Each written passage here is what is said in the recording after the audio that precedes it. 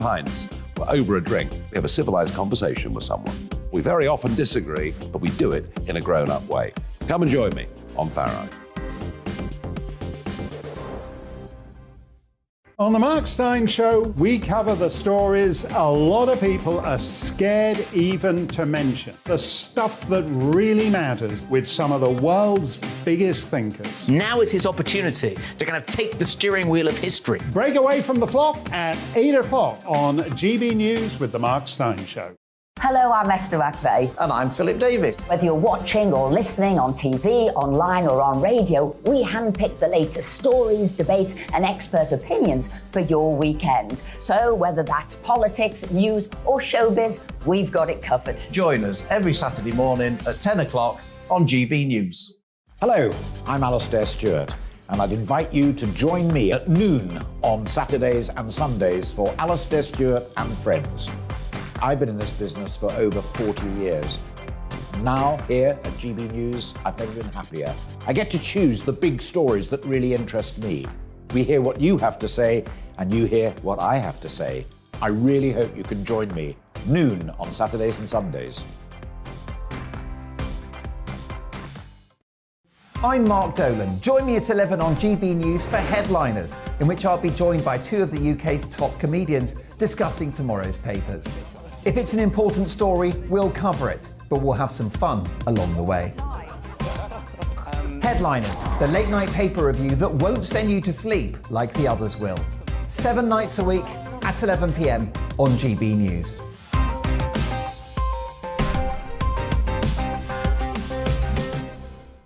Hi there, it's Stephen and Anne. At breakfast from 6 a.m, you'll always be caught up with everything you need to know, the latest headlines, opinions and debates. We'll bring you the good news and the bad, but most of all, we're here for you. Remember, send in your views and let us know what you would like us to talk about. That's because we're your news channel. And every morning at 6 a.m, it's breakfast on GB News.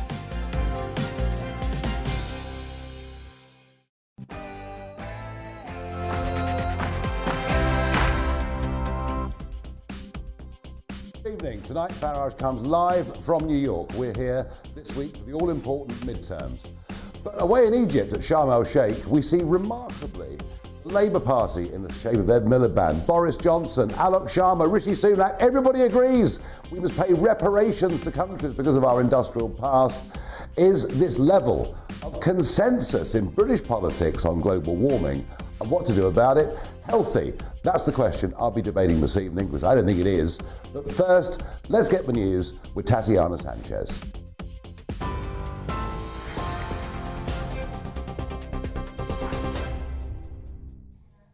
Thank you, Nigel. It is 7 o'clock. I'm Tatiana Sanchez in the GB newsroom. The Prime Minister has told world leaders climate security goes hand in hand with energy security, adding the UK is tripling its funding to help nations adapt to the impacts of climate change. Rishi Sunak was addressing the COP27 summit after holding bilateral talks with his French counterpart, Emmanuel Macron. The two sides have agreed to work on tackling illegal immigration and to cooperate on a nuclear energy deal. Climate security goes hand in hand with energy security. Putin's abhorrent war in Ukraine and rising energy prices across the world are not a reason to go slow on climate change. They are a reason to act faster. The COP27 summit has also been told the world's action on climate change is either a collective solidarity or collective suicide pact. The UN Secretary-General says countries need a clear, financed roadmap to prevent irreversible climate chaos. Antonio Guterres is calling for a universal early warning system within the next 5 years and for all governments to impose a windfall tax on fossil fuel companies. He warned we're in the fight of our lives and we're losing. The two largest economies, the United States and China, have a particular responsibility to join efforts to make this pact a reality. And this is our only hope of meeting our climate goals. Humanity has a choice: cooperate or perish. It is either a climate solidarity pact or a collective suicide pact. A £250 million plan to replace the national flagship, Royal Yacht Britannia, has been scrapped as part of cuts to government spending. Former Prime Minister Boris Johnson championed the scheme when he was in charge, but faced criticism from MPs who feel there are other priorities for military spending. Defence Secretary Ben Wallace told the Commons he's prioritising the procurement of a multi-purpose surveillance vessel over the flagship. Measures to prevent the spread of bird flu have come into force across England. All poultry and captive birds must now be kept indoors as the UK faces its largest outbreak of avian flu. The virus has been discovered at over 90 properties and found in more than 200 dead wild birds since the start of October. A service has been held to mark the opening of the Royal British Legion's Field of Remembrance. The field at the National Memorial Arboretum in Staffordshire pays tribute to those who have lost their lives in conflict from World War I to the present day. It will be open to the public to pay their respects until the end of the month. The Prince of Wales has opened up about mental health. In a conversation with footballers Harry Kane and Declan Rice, Prince William said the game has taught him that disappointment is part of life. The trio shared their fondest football memories during a podcast ahead of the World Cup, which begins in under a fortnight. TV, online and DAB+ radio. This is GB News. Now it's back to Farage.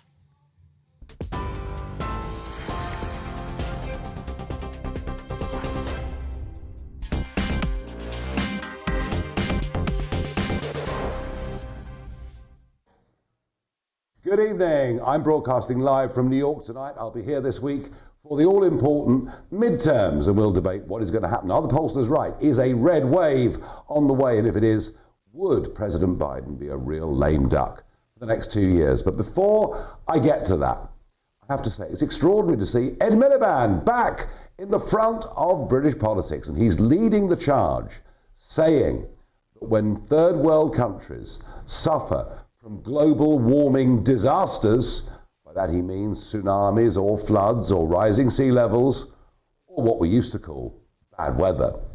But when these things happen, it is incumbent upon us, the countries, and particularly us, I think in the UK, the countries that launched the Industrial Revolution, to pay reparations. Yes, that's the new big concept. When I heard this, I thought, well, that's absolutely ridiculous, surely.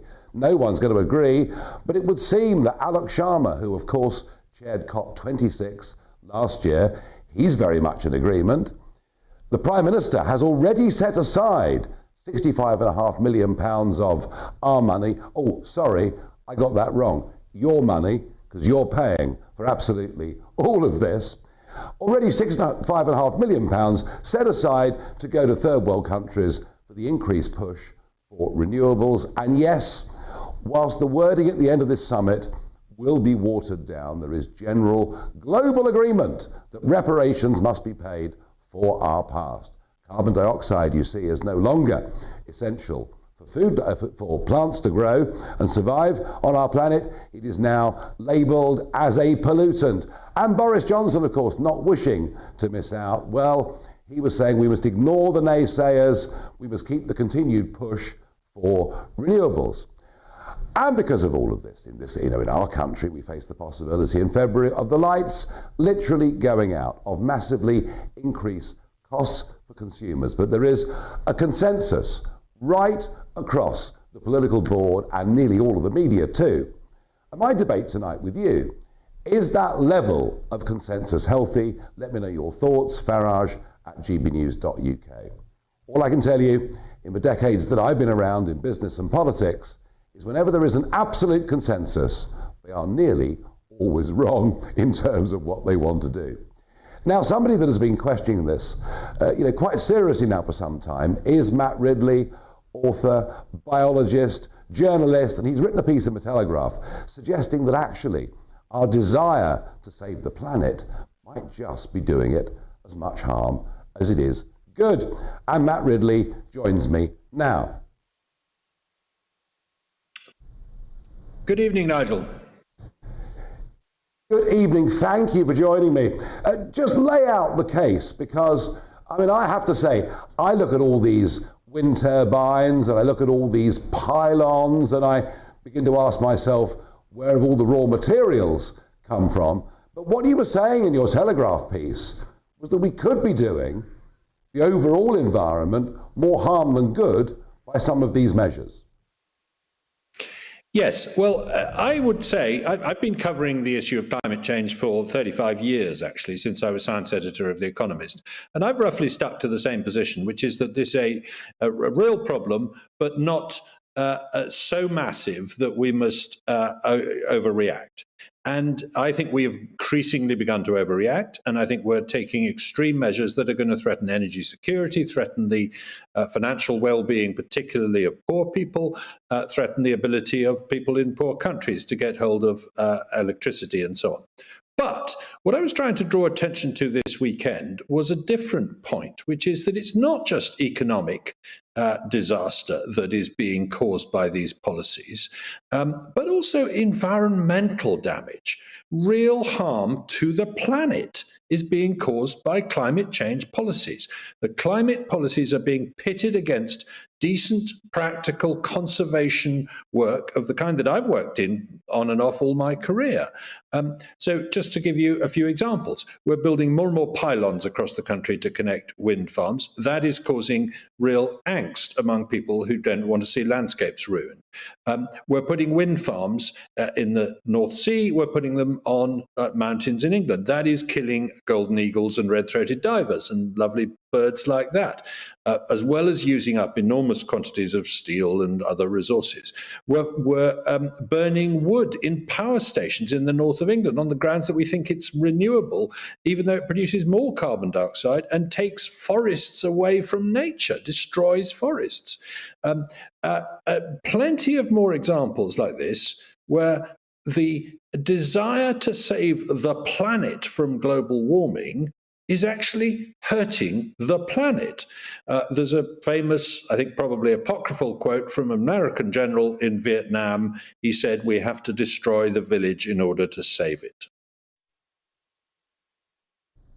Well, Matt Ridley, thank you for coming on and laying out that case. And I have to say, there is an extraordinary consensus that we're up against here, and I'm pleased that there are one or two people like you out there asking these questions. And when I'm back in London and you're in London, we must get you into the studio and do this at more length. Thank you for providing at least a voice that we can debate.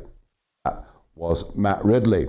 Now, it is the midterms tomorrow. They are a very important set of elections. Joining me is Jason Miller, CEO of GESA, and of course, a former spokesman for Donald Trump. Jason, welcome back to the program. United States. Yeah, well, it's always good to be here, I have to say, particularly in New York. I used to love New York, although I'm not quite so sure that it's a safer, nicer city as it might have been 30 years ago. But we have got Rudy Giuliani coming on later in the program.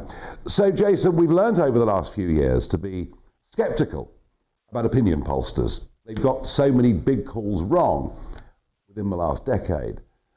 Give me your prediction. Is this the big Republican red wave or not? This will be a big Republican wave on par with what we saw in 2010 and in 1994. And I'll tell you, one of the telling signs, even CNN's election predictor, Harry N10, said that he thinks that the New Hampshire Senate race, which is on the further edge of maybe the speculative pickup possibilities, is saying the Republicans might win that seat. I think Republicans could get 53, maybe 54 Senate seats. This will be a massive win. They'll get back the Senate and the House. Yeah, well, that's what everyone's saying, which is why I'm slightly skeptical, because things can be wrong. But let's assume that does happen.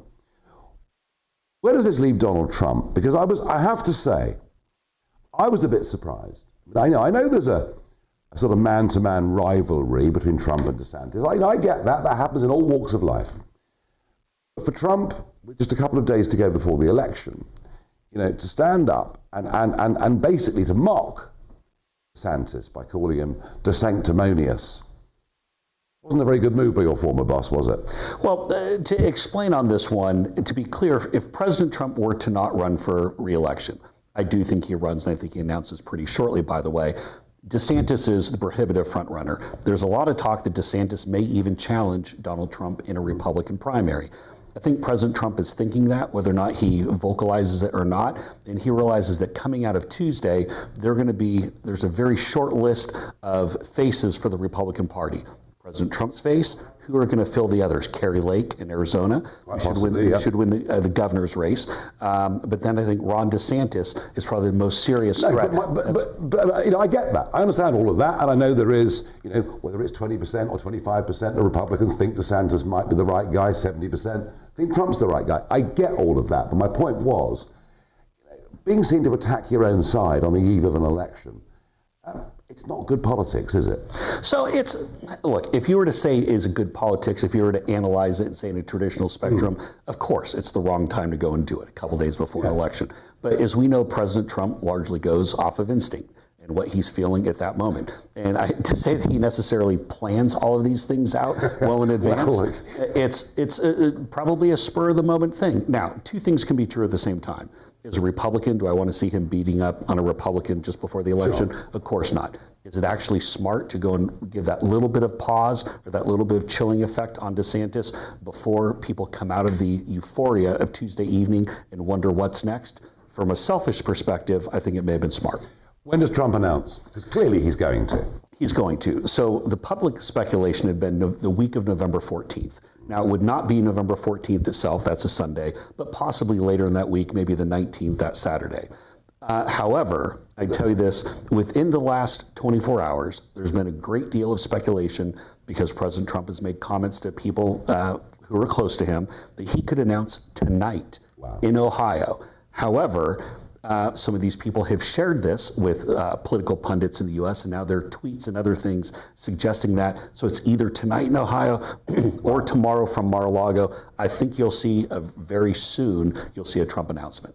So, okay, it's coming. It's imminent. It's imminent, right? You heard it first here from Jason Miller, and if he doesn't know, no one does, I tell you. Moving on, Jason, clearly the influence of social media on our lives, on our political thinking, on our opinions, has been enormous. Perhaps the biggest change in the last 50 years in many ways. And there are many of us who loathe the way social media behaved in November 2020. And ever since then, you know, plenty of people being shadow banned, Facebook perhaps even worse than Twitter these days. And obviously Elon Musk is seen by many people who watch this program, listen to this program and this channel. Musk is seen as the white knight, the great savior that has come along. Now, I know that your arrival and maybe Getter, Truth Social, Parler, wouldn't have formed if Twitter hadn't gone down this route. I mean, he's paid a ridiculous price for it, by the way. I mean that is a crazy number. $44 billion is a crazy number. Is he able to turn Twitter around? How long will it take him? So I don't think Twitter can be turned around. I think it's so rooted in its core a political bias that you would have to fire every engineer, every coder, every moderator, every single person in the C-suite, which he's done a good job of getting started on that. And then even then, the political damage, the reputational damage to Twitter, I don't think can ever be repaired. Now, if there's someone who can come along and innovate, come up with new ideas and features, that's Elon Musk. And he can help move them back to the center at all. That's good. And even as a competitor, I want to see him do that, especially as we start talking about elections and election bias and things of that nature. I fundamentally, though, don't think that Twitter can be saved. Okay, it would be a little bit like me becoming the Director General of the BBC. It would be quite tough to turn all those staff around. He's going to try. Goodness knows what the cost of that's going to be for Tesla, if he's taking his eye off the ball. And even talk of coders at Tesla going over to Twitter to help get them through this problem. Jason, the stolen election was one of the narratives that came out of November 2020 from the Trump team. And if you've said that on social media, on many social media platforms, you've effectively been banned and shut down. Is it time for the Republicans to move on from a narrative which comes across, I think, to most voters as being essentially negative? Well, I think election security is a good issue to talk about, but I think talking about previous elections is not going to pick us up any new voters. The reason why we've seen a 35 point swing with independent voters in the last 1 or 2 months, the reason why Republicans are at the precipice of this big, massive, overwhelming victory is because Biden and the Democrats are so wrong on the economy. They're so wrong on the woke agenda. They're so wrong on pronouns and self-identification and all of this nonsense. The fact of the matter is Republicans are right on the issues. Republicans and independents like a strong leader like Trump. We do not need to be talking about 2020 anymore. It needs to be a clear forward focus. Very much my feeling as well. But we'll see what happens. And hey, Jason, thanks for joining us on the show. And Jason says Trump will announce today or tomorrow. Watch this space. In a moment, we will get a Democrat voice. Susan Platt will come on and we'll ask, have the Democrats fought this campaign on the right issues? All of that in just a few minutes.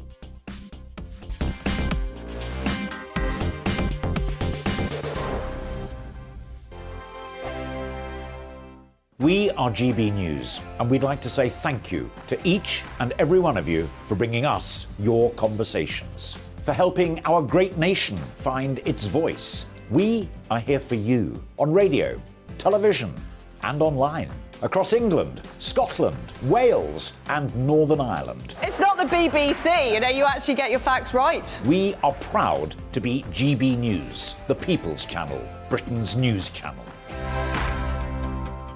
I'm Dan Wootton. Join me Monday to Thursday from 9 to 11 for the feistiest and most fun news debate on TV, where free speech reigns. I'll bring you a sharp take on the day's biggest stories, bombshell newsmaker interviews, and A-list guests. And I guarantee you, no spin, no bias, no censorship, and no reason to go to bed. That's Dan Wootton Tonight, Monday to Thursdays from 9 on GB News.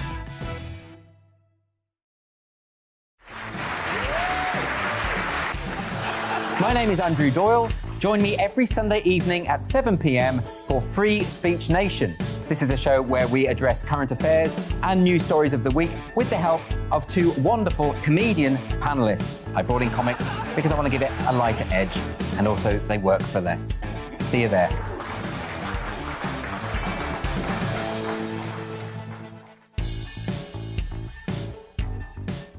My name's Tom Harwood, and join me 9:30 a.m. every weekday for The Briefing, your one-stop shop for everything you need to know about what's going on in politics today. I wonder if this is a deal that might need to be like the biscuits in this factory, twice baked. Is there not an opportunity here to win out against the extremes? Tom Harwood, GB News. What are you going to do about it? Things should have been done differently, and they certainly are being done differently. Don't miss it. The Briefing with me, Tom Harwood, 9:30 Monday to Friday on GB News. On Mark Dolan Tonight, we have a simple plan, which is to inform, stimulate and entertain in equal measure. It's all about getting your opinions on the national television airwaves. I love my viewer emails, mark@gbnews.uk. So do join me every Friday, Saturday and Sunday for big guests, big opinions and a big presenter. 6'5", don't you know? See you then on GB News. Join me, Arlene Foster, for The Briefing on GB News. Every Friday at 3 p.m, I'll give you all the latest political news and analysis, and we'll have robust live debate. To make sure that you're caught up on all of the biggest issues of the day, we'll bring on experts in their field. I'll ask the questions that you'd like to ask. We're not afraid to tackle discussions from all perspectives, including yours. Don't forget, The Briefing with me, Arlene Foster, every Friday at 3 p.m. on GB News. We are GB News, right across the nation. You can get us on television, on radio, on digital. We're absolutely everywhere. Amazing! You see, amazing! You remind me of me in the European Parliament. But here's the most important bit. We are not part of the mainstream establishment. We think and speak just like you do. We are the People's Channel. Magnificent. That's really, really thoughtful. Come and join us on GB News, the People's News Channel.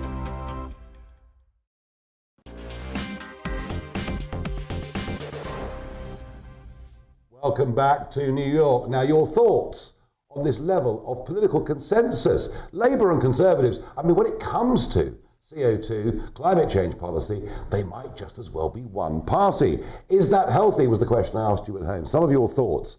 Andy says, if people think we can reach net zero by 2030, then please direct message me. I have some magic beans for sale.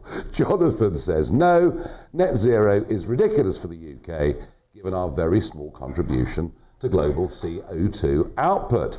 Jeff says, these green agenda propagandists never mention the effect their policies have on individual businesses and individuals themselves. Why is this exactly? Well, you know what? I have to say that this is one thing that does not get discussed, particularly with UK policy, with the move towards getting rid of gas boilers, moving to heat pumps, electric cars.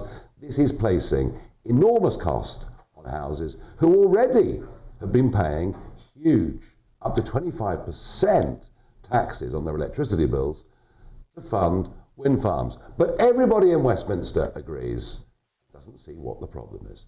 I think you as taxpayers do see what the problem is. And the second point that was made there, just remember, China produces about 30% of global CO2. We produce about 0.8%. Less than 1% of global CO2 comes from our country. Doesn't mean we haven't got a responsibility to the environment. We have, but we've got to get a sense of perspective. Now, let's get back to these American elections tomorrow. Susan Platt joins me, Joe Biden's former Chief of Staff. Thank you. Welcome back to the programme. Thank you, Nigel. Opinion polls could be wrong. I mean, they'd be wrong about so many things. But there does seem to be a consensus. Again, that dangerous word. But, as Jason Miller made the point, even CNN think, yes, clearly the Republicans will take the House, but probably have a majority in the Senate too. And I just, looking at it from across the pond, it did seem to me that Biden and the Democrats were campaigning very heavily on the turnaround on Roe versus Wade. Yes. The message that, your right to abortion has gone, but in fact, the truth of it is, it's now for voters to decide state by state. Mm-hmm. Well, you can decide in a state, there can be a ballot measure or whatever it is, but they've gone very hard on that. And they've also gone, and this speech that Biden gave, the threat to democracy, and Obama really echoing that as well, almost as if you vote for these people, that's an anti-democratic thing to do. And I just wonder whether that's a mistake. I wonder whether it would have been better for them to focus on the cost of living, food, filling up the car with gas, and crime in cities. Have they mismanaged this? There's a lot there to cover, what you just talked about. Let's go to historical perspective. In the last 100 years, the party in power at the White House has lost an average of 29 seats. So given that, in all honesty, we're prepared to lose some seats. Donald Trump's Republicans lost 40 seats, I think, plus. Obama lost 60, so it's the norm to lose those seats.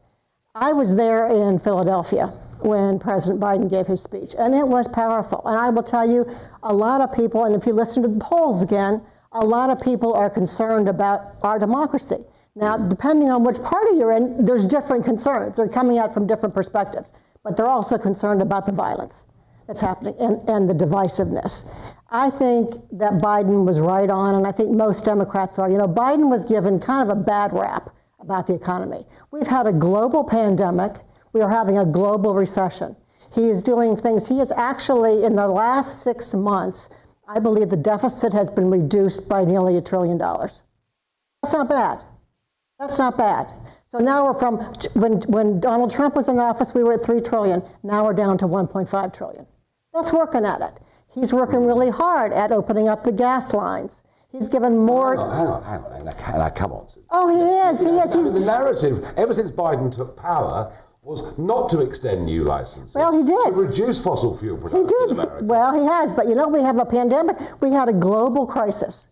And I will tell you, he has Build Back Better. He has decreased costs to senior citizens in Medicare.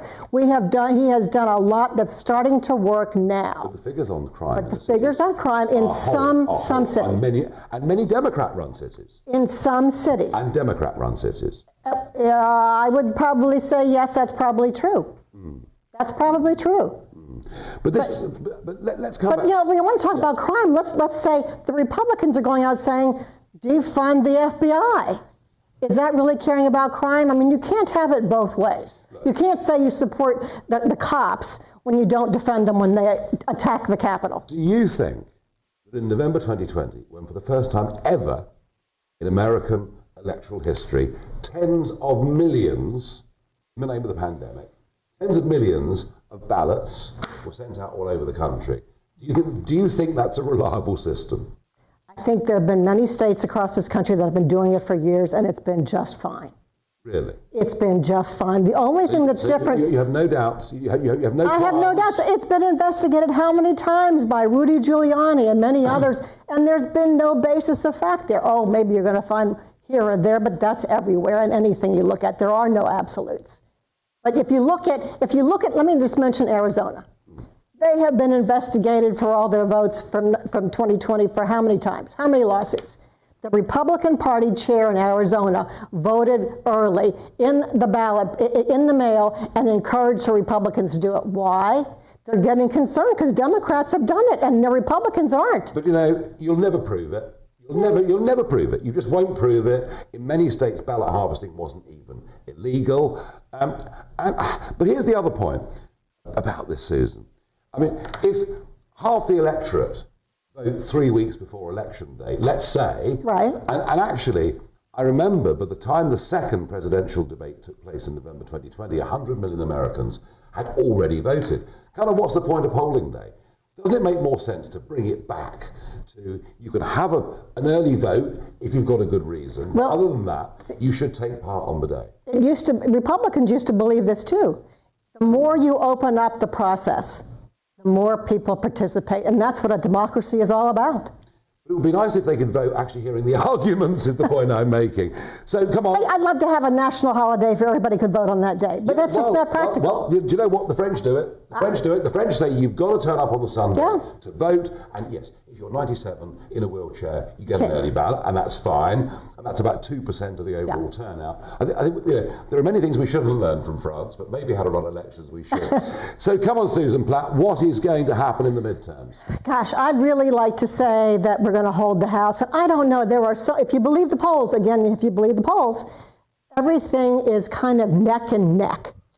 And if you look at the way the cyclical events of this year, we were up, we were down, we were up, we were down. All of a sudden, in the last few days, I've talked to Democratic friends, particularly in Pennsylvania, saying, boy, I'm really feeling good. Down in Virginia, where we have Elaine Luria on the January 6th committee, running ads about protecting our democracy, had over nearly 200 people canvassing this weekend.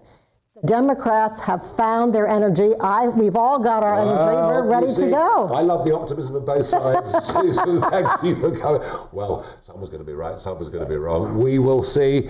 But the point, of course, that, you know, in the midterms, the governing party does normally lose seats is, of course, true. So this isn't about whether the Republicans take the House and get a narrow lead in the Senate. It's about the scale of it. And that's really what we're going to be looking at, I think, on Wednesday on this show. Now let's get perhaps a very different point of view, and let's talk about law and order and division in American politics. I'm joined by the former mayor of New York, Rudy Giuliani. Rudy, good afternoon to you. How are you? Hello there, good to see you. I'm fine, thank you. I have to say, I just had this debate, you know, with Susan Platt about the fact that under the Democrats, for whatever reason, law and order does appear to be spiraling out of control. How big a issue do you see law and order in terms not just of this election, but the health of American cities, given your background in this area? Well, in this election, it's in most places, it's the number 2 issue. The economy is the number 1 issue. The cost of living, maybe to be more specific, that has spiraled out of control. I mean, inflation under Trump was about 1 or 2%. Under Biden, it's 8 to 9%. So you can't alibi your way out of that. You know, people, every time you tell them there's no inflation, they go to the grocery store and they pay 5 times more than they used to, or 3 times more, or 2 times more. They go check on their 401ks and it's gone down by 10, 12% since Biden has put into effect his irresponsible policies. I mean, he's spending almost as much money as we spent during the Second World War. So, I mean, he's printing phony money constantly. But crime is the number 2 issue. And in New York, it's the number 1 issue. And it's a purely Democrat issue. It takes place mainly, if not exclusively, in completely Democrat-controlled cities. And it is, it's really hard to escape it. I mean, the records that were set last year for crime, the 17 cities that set records for murder, the highest in their history, were all controlled by Democratic mayors. And most of them had district attorneys who were elected on money that was provided, millions, by George Soros for the specific purpose of setting criminals free. So this is this crime wave is created exclusively by Democratic policies. Some of the states are Republican states. Rudy, I absolutely get the points you're making about crime and its link with Democrats. There is no doubt that there is much truth in that. You recently called out for the radical left to stop trying to divide Americans. But interestingly, many on the left would say that Donald Trump and you have done much on the other side of the debate to divide America. So come on, who's right, who's wrong? Well, I would say the reality is for the one or two attacks that they give tremendous attention to that really are not from Trump. This last attack on the Pelosi home, we don't know what this man was. He's described as neighbors as a left-winger. He's a supporter of Black Lives Matter. He's a supporter of the gay and lesbian movement. He's a nudist activist. Very few MAGA people are nudist activists. And he also is angry at the Democrats. But there are, in fact, many more attacks by Democrats on Republicans. 2 people beat the heck out of Marco Rubio canvases just 2 weeks ago. Lee Zeldin was almost killed while he was giving a speech. And then a week later, there were shootings outside of his home with his children home. Nobody pays attention to that. The gubernatorial candidate in Illinois has had specific death threats, and he's had to be put under protection. Carrie Lake's office, she's running for governor of Arizona, big, strong candidate, terrific candidate. She's just got white powder delivered to her office. An 18-year-old Republican, young man who was delivering things. In North Dakota, this guy ran him over. And he ran him over because he said that radical Republicans should be allowed in his area. And this is going on at a rate of... This is all, I mean this is all terrible. The attacks all of this is terrible. It is terrible. Rudy, I've got to ask you. Criminals in our country is the Democrat Party. If you were to take a poll among criminals, 90% of them would vote for the Democrats. Well, I don't. Yeah, I mean, hang on, they can't vote, so that isn't good enough. Well, I don't know. Really, finally, I've got to ask you. Well, maybe that'll change. I don't know. Certainly in Europe, they want to change that. Give me your prediction. How big is the red wave going to be? How much does it matter? Well, it matters a lot because, first of all, you got to win the House. That would stop them. That's going to be a big win. I'd say north of 30-plus majority. And I think we'll take the Senate 52, maybe 53. Probably the night of the election, you might not know Georgia, and we'll be at 51. But I think, and it may be bigger. I mean, there's a chance it could just run away with itself because the number one issue is the economy and the number 2 issue is crime. And you don't get to another issue for like 10 points. I mean, the people are worried. And the Democrats are trying to lie their way out of crime. They're trying to say that the Republicans are creating a crime frenzy.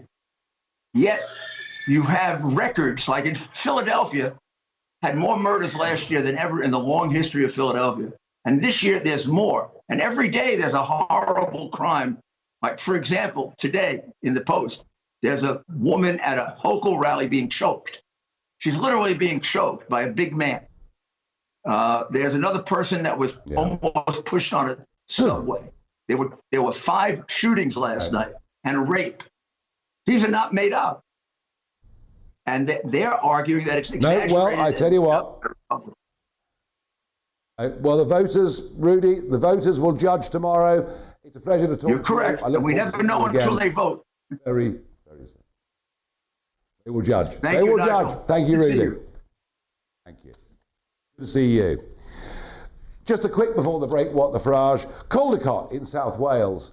Well, last year, the local police said they weren't going to be able to attend the annual Remembrance Day parade. And so the local council in Caldecott called in private contractors. This year, they've said they can't afford it. And so they're saying that no Remembrance Sunday parade will take place in Caldicot, South Wales. This is dreadful. This needs to stop. I'm sure people will simply ignore the council and go along anyway. But my goodness me, if we cannot find just basic policing, so we can remember those that fell in aid of us being a free, democratic country, something's gone very wrong. In a moment, I'll be joined on Talking Pints here in New York by a man called John Catsimatidis. He is perhaps, in many ways, what we think of when we talk about the American dream. Monday to Thursday on GB News, it's Bev Turner Today from 10 a.m. There's never been a more interesting but also critical time in British politics, and I can't wait to bring you the biggest stories of the day with the best factual accuracy and also a few of my own opinions thrown in. We'll engage in passionate but always polite debate with your thoughts and opinions at the centre of it all. Monday to Thursday, 10 till 12 on TV, on radio and online.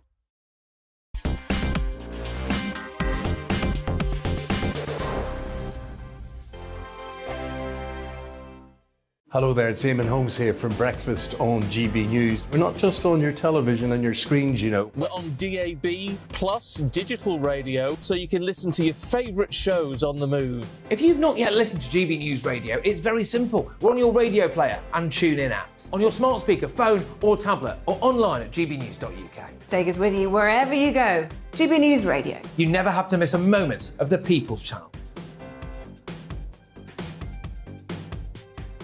Hello, I'm Simon Evans. Join me on GB News for Headliners at 11 p.m, where I'll be joined by two of the country's top comedians as we take a look at tomorrow's newspapers tonight. If it's a big story, we'll be covering it, I guarantee, but we'll also have some fun along the way. That's GB News Headliners at 11 p.m. We won't put you to sleep, unlike some of the other paper review shows out there.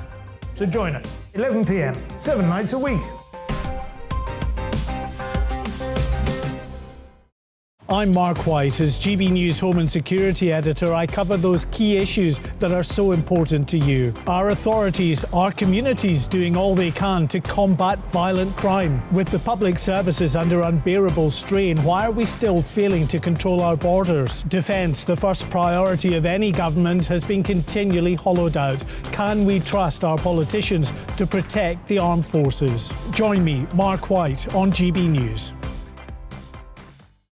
Join me, Nana Akua, on Friday, Saturday and Sunday afternoons on GB News. Expect fiery debate and passionate discussion as me and my panel tackle some of the biggest topics hitting the headlines.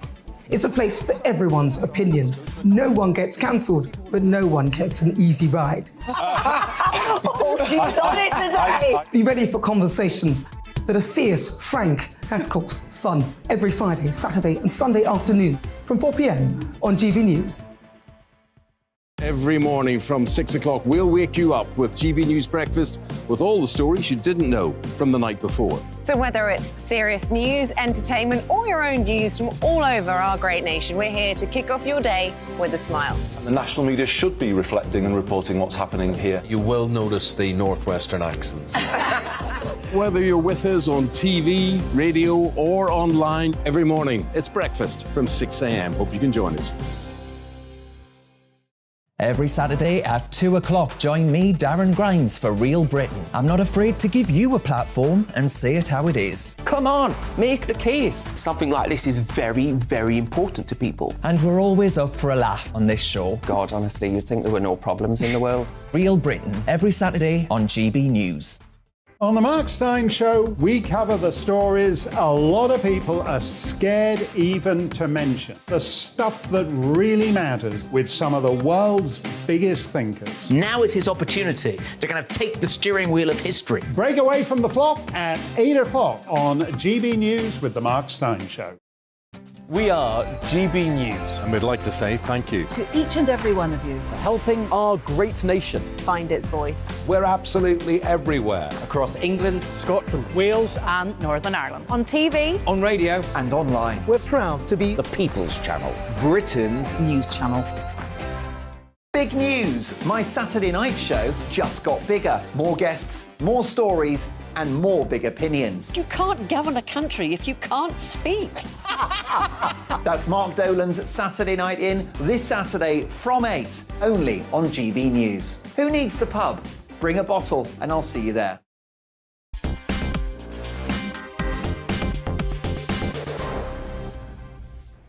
It's that time of the day. Yes, it's Talking Pints when I get a guest in to have a drink with me. And today I'm very, very pleased to say I've got John Catsimatidis. John, welcome. Well, thank you. GB Thank you for News. inviting me. Very good to see you. And to success to the world, because the world depends on what happens in the next 40 hours. It's a big day tomorrow for all of us. I agree with that. Now, John, you're the boy born in Greece. You finish up as the grocer of Manhattan. You own oil refining companies. You've got WABC radio, which I'm keen to talk to you about. You kind of are the American dream, really, aren't you? Well, America has been great to me. My father, my two grandfathers came over from the other side, Italy, and in 1913. Yep. One died in 1918 pandemic. The other one, when I came here, I got to meet him. My father came over in 1949, brought me over. I was 6 months old, by way of London. The flight went from Athens to London to Montreal to Idlewild Airport, what was called at the time. And the Brits screwed up. They gave me a smallpox or whatever vaccine they gave me that was so strong, it almost killed me. Really? But I guess I was strong enough to survive. Well, you must have been. You must have been. And you come to New York. But, you've made a lot of money, John. You've been hugely successful. You are in the Donald Trump, New York bracket in terms of... that poor? Well, I think you don't. I don't know. But I believe you. I believe you.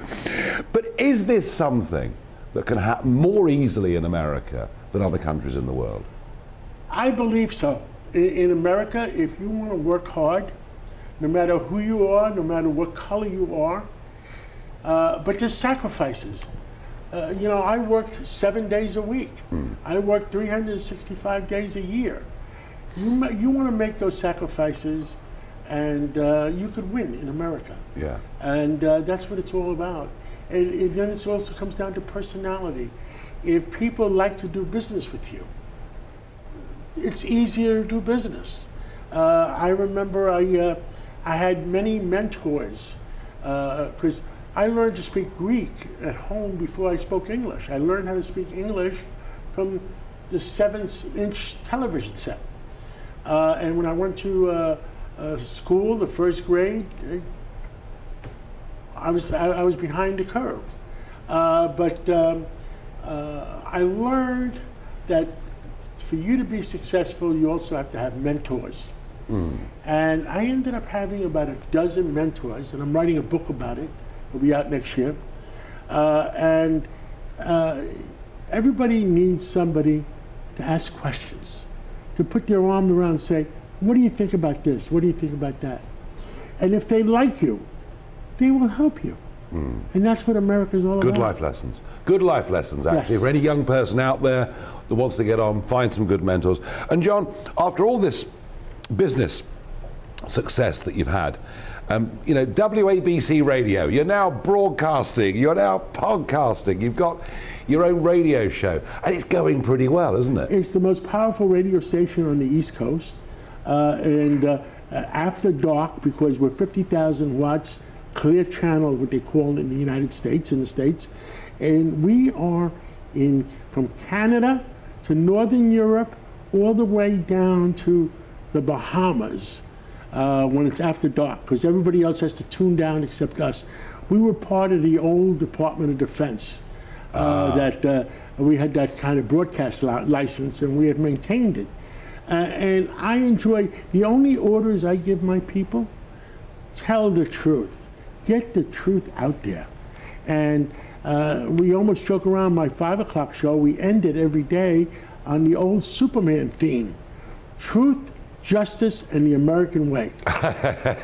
Well, you've involved yourself in public life here in America. You were a big, friend and supporter of the Clintons, but now you and your family are running the Republicans here in Manhattan. What led to that switch of Well, it's not that. Bill Clinton, I ran a lot of the Northeast for him and New York area. He was one of the smartest guys I've ever met. I was very much impressed. I mean, even George Bush loved the guy. And to know, let me use those words, to know him is to love him, which is very important. Then my daughter married a Republican. She married Trisha Nixon's son, Christopher. So to keep peace around the dinner table, we all became Republicans. But the other problem is the Democratic Party. I didn't leave the Democratic Party. The Democratic Party left us. I don't know what happened to them. It's been ever since President Obama. A lot of it has been anti-Semitic. A lot of them has been anti-gay. I mean, I said to my gay friends, why are you supporting the Democratic Party when they're supporting the people in the Middle East where they love to take gays and throw them off the roof? That's their hobby. And I said, why are you supporting them? They're anti-religion, anti-law and order. I mean, it's gotten out of control. So with the election coming up tomorrow, big day. It's a big day because we decide for whom do the bells toll, for law and order or for disorder. And it's very important. I'm terrified at the results because we decide the life of the free world because everybody depends. There's 8 billion people in the world. Yeah. 5.5 billion are ruled by dictators, terrorists, whatever. 2.5 billion European community, UK, North America, part of South America. The free world is 2.5 billion. And all these people depend on the President of the United States to toe the line. And I'm scared. How bad, John, how bad is law and order? We had Rudy Giuliani on briefly earlier, and he performed miracles in this city when it came to law and order. I mean, a great job as mayor. How bad is crime in New York now? It is the worst it's ever been. Ever been? Ever been. And because there is disorder. I had the police commissioner on my show a couple of weeks ago, and you know what she said? 3,000 violent, repeat criminals are on the streets of New York because nobody puts them away. So I said to all the high-up people in the state government, for whom do the bells toll? Do you want 8.5 million people that are living in New York and they want to have peace and tranquility? Or the 3,000 repeat violent criminals? I can't get the right answer. And you know what's even worse? They called in the high-ups in the Democratic Party, and you know what they said over the weekend? They said that it's really no crime, and it's made up by the opposite party.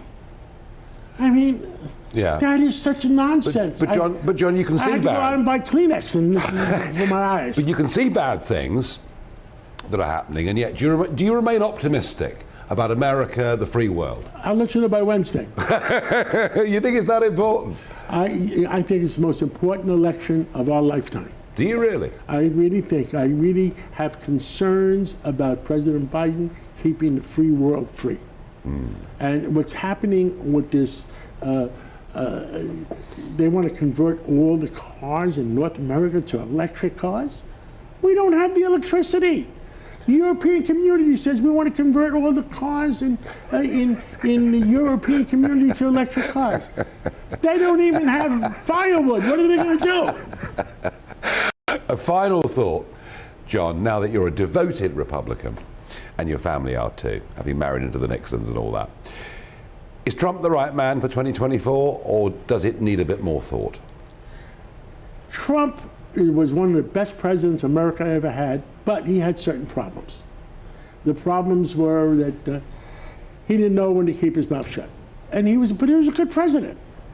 So let's talk about it after Wednesday. Trump is a very powerful guy. I cannot see anybody in the Republican Party that can give a knockout punch to Donald Trump. Now, who's going to knock him out? Yeah, no one. And in the Democratic Party, it's not going to be Biden. No. It's not going to be Harris. No. What I've been saying around might be Hillary. Round 2. Wow, that would be quite something. Trump versus Hillary, round 2. John Catsimatidis, big thanks for coming on and joining me here on Talking Pints. Really good to see you. Thank you. Good to get your thoughts. Whenever you need me, I'm there for you, because I know you're there for us whenever we need the news. Well, the relationship between our two countries matters hugely. Hugely. Absolutely.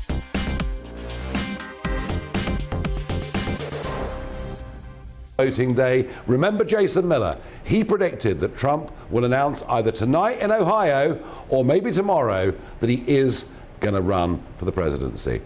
I'm going to hand you over now to Mark Stein, who takes over. I think what John Catsimatidis was saying was very interesting, Nigel. That guy runs a great radio station in New York. Terrific show. We'll look forward to more of it on Election Day in the United States tomorrow. Meanwhile, we're going to try and keep it going. We've got a great lineup again. What a lineup. Toby Young. We have Lois Perry. They will be handling some of this COP27 nonsense, and we're going to close things out with Dr. David Starkey, and we got Peter Tatchell, who's not happy about the World Cup. It's all coming up. Don't go anywhere. It's all coming up right after the weather. Evening, Alex Deakin here with your latest weather update. After a fairly glum Monday, should be a bit brighter tomorrow. There'll be a bit more sunshine around. But it's not going to be a fine day. There'll be more heavy showers and gusty winds as well. Right now, this weather front is providing some intense downpours and very gusty winds as it swings in from the west. You may well get woken up overnight as that band of rain moves through. The gusts of wind suddenly whipping up. We do have Met Office yellow weather warnings in place. The rain will ease a little as it works its way eastwards, but as I say, there's still a chance you could get woken up through the night as that heavy rain and gusty winds swings through.